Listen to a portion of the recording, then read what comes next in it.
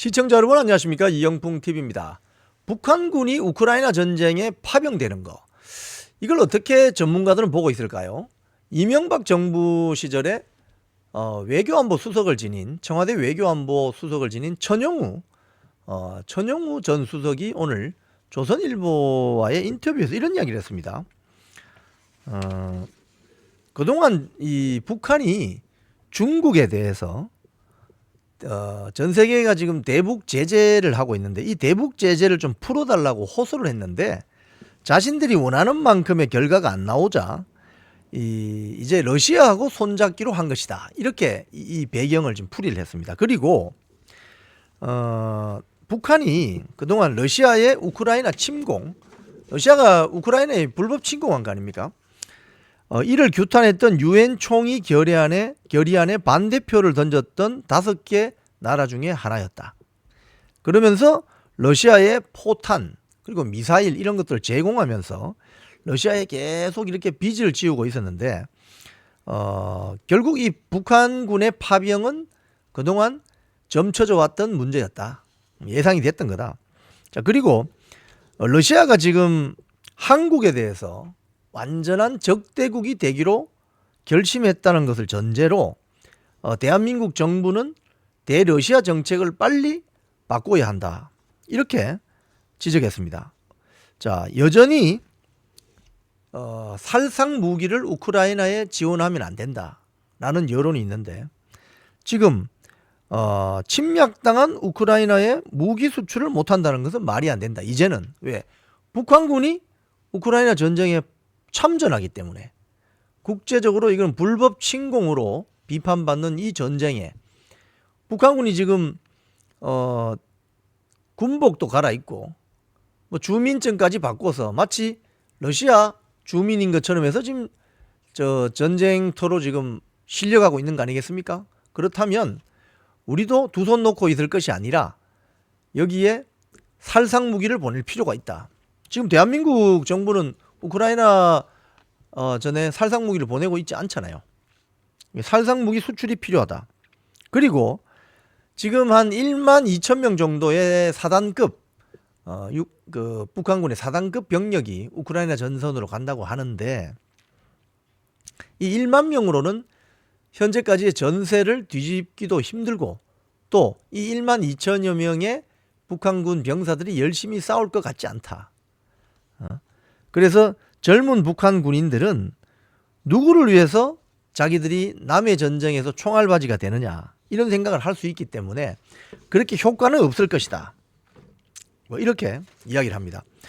자, 그리고 또 여러 전문가들도 지금 이번 북한군 파병 참전 소식에 대해서 여러 가지 평가를 내놓고 있는데, 전 대통령실 국가안보실장 김성한 교수 같은 경우는 지금 북한이 러시아로부터 원하는 것은 뭐냐? ICBM 미사일 기술이다, 이렇게 진단하고 있습니다.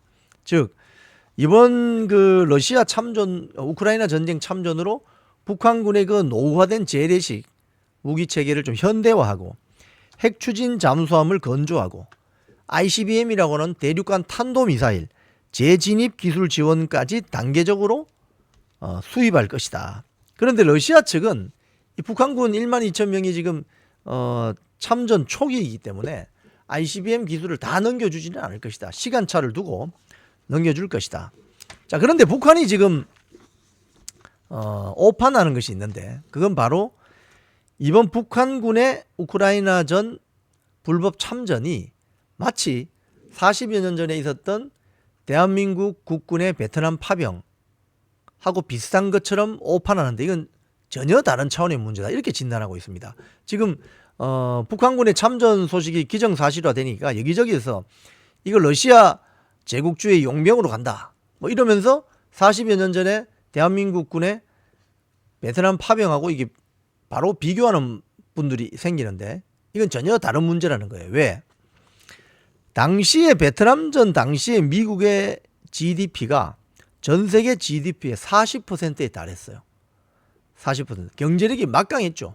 그런데 지금 우크라이나를 침공한 러시아는 작년 기준으로 전 세계 GDP의 1.5%에 불과하다는 거예요. 그러니까 40년 전에 미국은 쉽게 이야기하면은 현금을 많이 들고 있는 부자 나라였지만 러시아는 지금 그렇게 부유한 나라가 아니라는 거예요.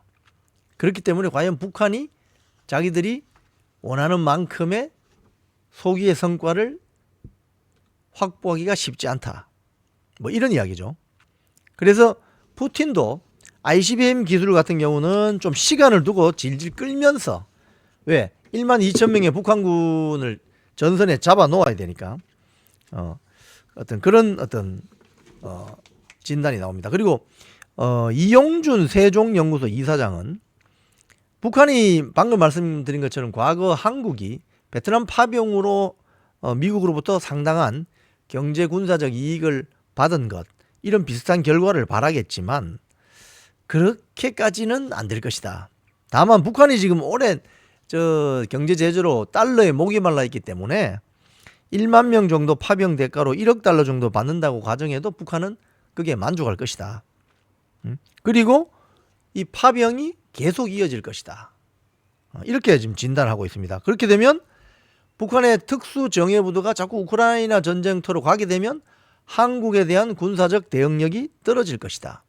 이 대목에서 왜 갑자기 경의선, 동해선 철도 폭파시키고 임종석이라는 자는 뭐 이번 북한군의 참전 소식을 미리 알았는지 몰랐는지 알 수는 없으나 통일하지 말자. 두 국가로 그냥 따로 살자. 뭐 이런 이야기를 했다는 건 참 의미심장한 부분이죠. 그리고 그 이용준 세종연구소 이사장은 이런 제안을 하는군요. 지금 한국군이 손 놓고 있을 게 아니라 우크라이나 전쟁에 심리전을 실시해야 된다. 뭐 이런 이야기를 합니다. 즉 우크라이나 전장에 주둔하는 북한군을 대상으로 한글로 쓴 전단과 방송을 전달하는 심리전을 실시해야 된다. 왜? 이 북한의 최정예 부대원이라고 할지라도 이 젊은 청춘들이 탈영을 해서 자유세계로 망명하려고 하는 사람들이 생길 수 있다는 거죠.